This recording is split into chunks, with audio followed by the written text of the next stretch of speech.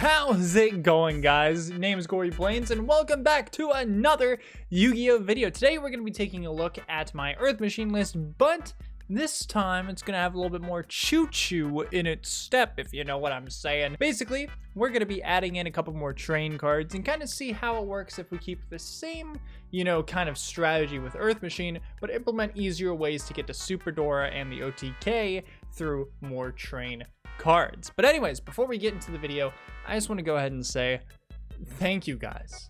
We hit 800 subscribers on this channel insanely quick. I know I haven't been the most consistent when it comes to uploading, but I figured out an upload schedule, and I'm probably going to be uploading starting, or besides this video, probably 3 times in a week.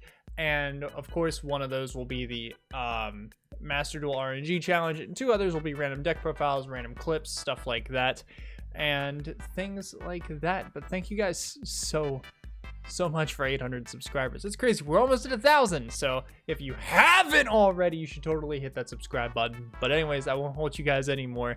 Thank you guys again so much, and let's go ahead and jump right into the video. All right, guys, and here we are, and this time it's going to be in a little bit of a different format. We're going to be trying out and just messing around with the replays instead of me actually doing like live action dueling, and I kind of want to hear you guys' feedback, so let me know what you think if you prefer this style or the older style where I'm actually just playing through the deck.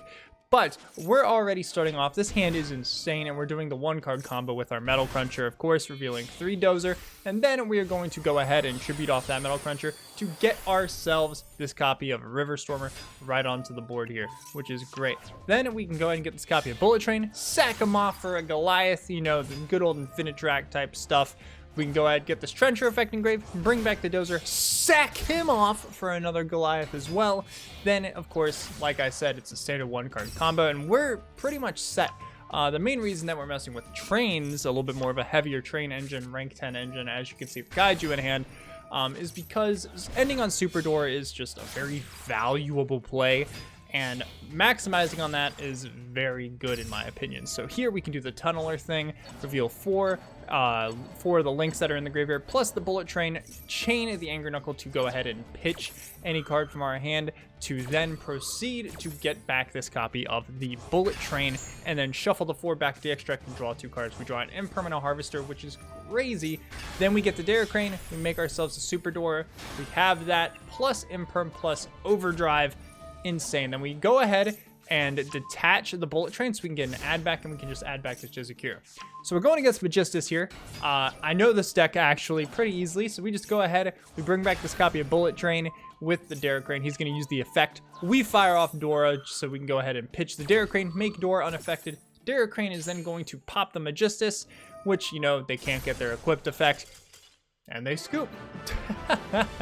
Pretty easy when you go against a pretty easy deck like that when you have so many forms of interaction. But Magistus, literally so many few cards away from actually having such a strong strategy ahead of them. But this time we're up against the infamous T-Set Pass. Now, this isn't really, against anything super meta relevant, obviously. But the reason I'm showing this off is because I want to show off how simple it is for this deck to actually OTK. So we go ahead. This hand's insane, honestly. Because we already have guaranteed rank 10, then what we do, we just make a copy of Gustav Max, we pitch that Dare Crane, burn for 2,000, Dare Crane pops a monster, it's Exodia! Draw your last pathetic card, but wait, you can't, cause you're dead! Because 6,000 because of Libe, and that's literally how easy it is to OTK in this deck. If they have 1 monster, it is very easy for you to go ahead and go over that, which is why we also play the Kaiju, because it does not matter what that 1 monster is. You can easily just proceed to burn them for 2,000, then bump Libe up to 6,000, and since Dare Crane's popping the card, you can just punch for game pretty easily there. But I just want to show that off because some people were asking me how the OTK worked with Gustav and Libe, and that is how that works right there. All right, and we're jumping into our last replay here.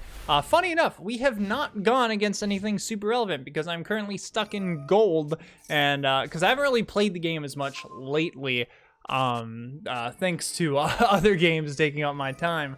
But yeah, being in gold, I haven't really gone against anything like too meta relevant, so that's why these replays aren't against anything super, you know, like Tri-Brigade, anything like that.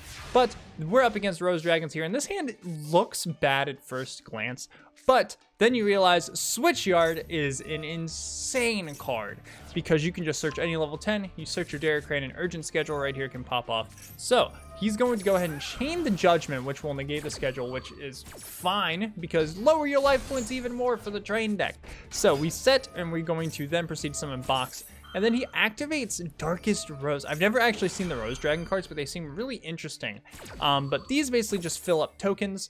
So he's going to summon a bunch of tokens to his side of the field. But one thing that kind of blew my mind is he didn't try and clog my board here, which is actually funny because we summoned the Dairy Crane. We're not locked into Earth Machine, so we make BLS because, you know, Dairy Crane's level 10, so now BLS is a big boy that cannot be targeted or destroyed by card effects. So we go ahead and attack into his monster, use BLS, banish the field spell set called by. He draws another one, but he then activates Basil Rose Shoot. This card is insane, and it's used in a lot of the kitchen sink decks that you see today, but we chain called by, so we can't really, you know, fire that off. So we go ahead and switch yard, pitching the imperm that we drew, not really doing us any good, to get this knight, and at this point we can just keep applying pressure with BLS over and over. He gets this Black Garden, which doesn't really do much to us at this point, so we just use switch yard, pitch another card. Right here we have easy rank 10 access. He's already at 2,600 life points, and Black Garden, the folly of this card is it summons the tokens in attack position, so we can literally just beat into him. But I want to make Gustav just to burn for 2,000 because I love this card so much. So then at that point he sees that it's well over lethal and he scoops. All right, and here we are with the list, and as you can see, it's a lot more different in some ways than how Earth Machine is usually played. But anyways, I'm gonna go ahead and get into the card by card, then I'll explain, you know, card choices and why we're not playing some cards, stuff like that. But we are starting off with our 3 Harvester. Still one of your best starters in the deck is your 1-card combo for the Earth Machine combo, and it's just such an amazing card. Also helps you to hard make Zeus, which is awesome. 3 Ash Blossom. This card is still very good. You want to play some form of hand trap. If you want to play Maxi instead, you can, but I just like Ash Blossom a little bit more. 1 Box because you only play the 1 for your Ancient Gear Ballista. 1 Flying Pegasus Railroad. Now this card is insane because when you pair it with Switchyard, being able to summon it from the deck is insane because it just brings back any Earth Machine monster. It does not have to be a level 10, it's just any Earth Machine, and it's just a great form of extension. He also makes himself the same level as the other monster that he brings back, and you can just do a bunch of cool stuff. You can make a rank 10, you can make a rank 9 with your Metal Cruncher, a rank 5. It's just so many cool plays that you can do with him. Such a fantastic card, but you play 1 because he is a little bit bricky. Like drawing into him and stuff like that is unfortunate because your normal summon usually wants to be your Metal Cruncher or your Harvester. 1 Anchor Drill because this card is still amazing, and it's even better with Switchyard because you can summon him from the deck as well because he has 1,800 attack. So it's like basically they're one and the same.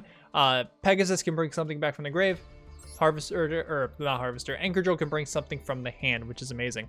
1 Trencher, 1 Tunneler because we're still playing the main Earth Machine combo and you need 1 of each of those for it to work. 3 Brutal Dozer, still probably one of the best Infinitracks ever printed ever. It's the main reason that makes Earth Machine tick, and you need to play 3 of it. 2 Cruncher. Now this one I cut him down from 3 to 2 because you have a lot of other normal summons in the deck, and not only that, but Switchyard is something you usually want to place on field first and then do something. Just because like you don't want to like normal summon Cruncher and then activate Switchyard, because sometimes you do need that extra rank 10 in hand to be able to do some plays. So I cut him down just from 3 to 2. Still such an amazing card, definitely play him. 1 Knight. This card is very good with Switchyard, very bad without. Because of he's kind of a bricky card. He doesn't really do anything. He just normal summons him without tributing, and he's a level 10, which then procs your Switchyard to summon a level 4 from deck.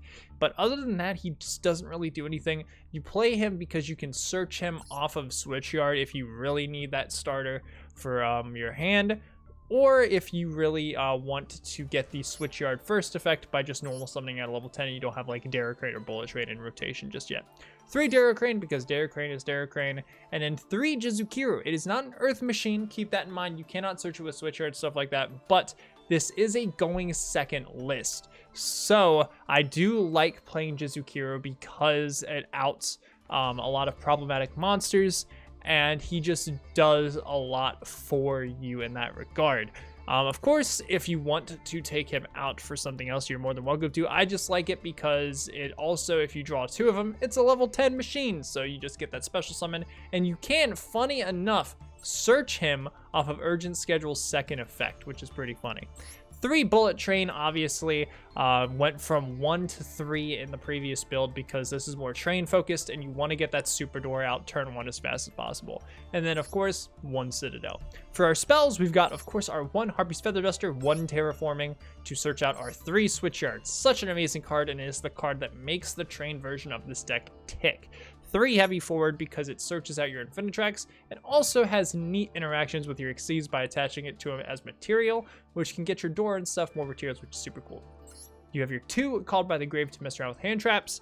3 Urgent Schedule. This card is so much better in this deck because of the fact that you're going second 90% of the time. So playing 3 is a lot better than playing 2 like how I usually do in Earth Machine. So I love this card so much. It's such an insane card, man.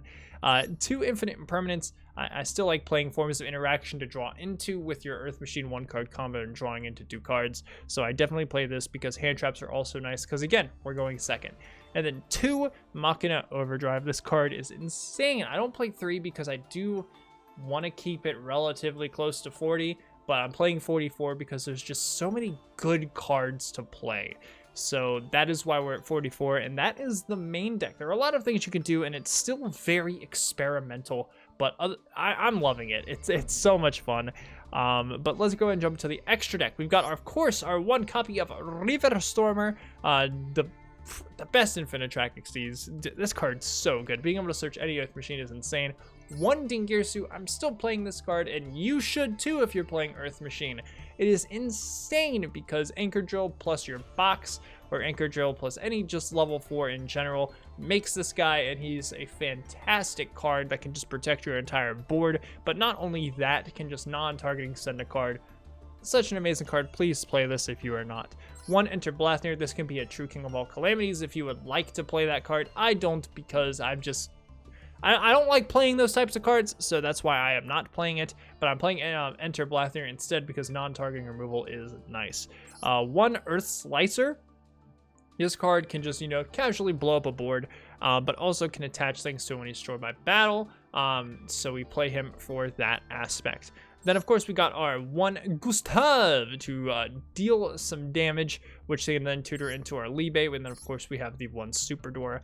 And then we have 1 Sky Palace. A lot of people don't actually play this card, but I really like it. It's the fact that you can attach material, target a card your opponent controls, destroy the target, and if you do, inflict 1,000 to your opponent. So it burns, which is pretty cool, but it also pops a card, where if you have Darrow Crane as material, you can proceed to just pop 2 cards for free, which is really freaking good. And that's why I really like playing this card. So I highly recommend it. And it does have the restriction that it can't attack the turn you activate it. You just put Libe over it, so it doesn't matter. Of course, we're playing 1 Zeus because it's an Exceeds deck. It's an Exceeds deck. So that is why we are playing it. 2 Goliath. 2 Anger Knuckle, 1 Ballista, and then 1 Blackluster Soldier. This card is insane in this deck. It is so easy to make him, and you're playing so many level 10s that it fulfills the level 7 or higher, so it can get the protection. But yeah, that's it for the list so far. It is very experimental, and of course, I'm going to upload a video when I feel I have perfected it to my liking.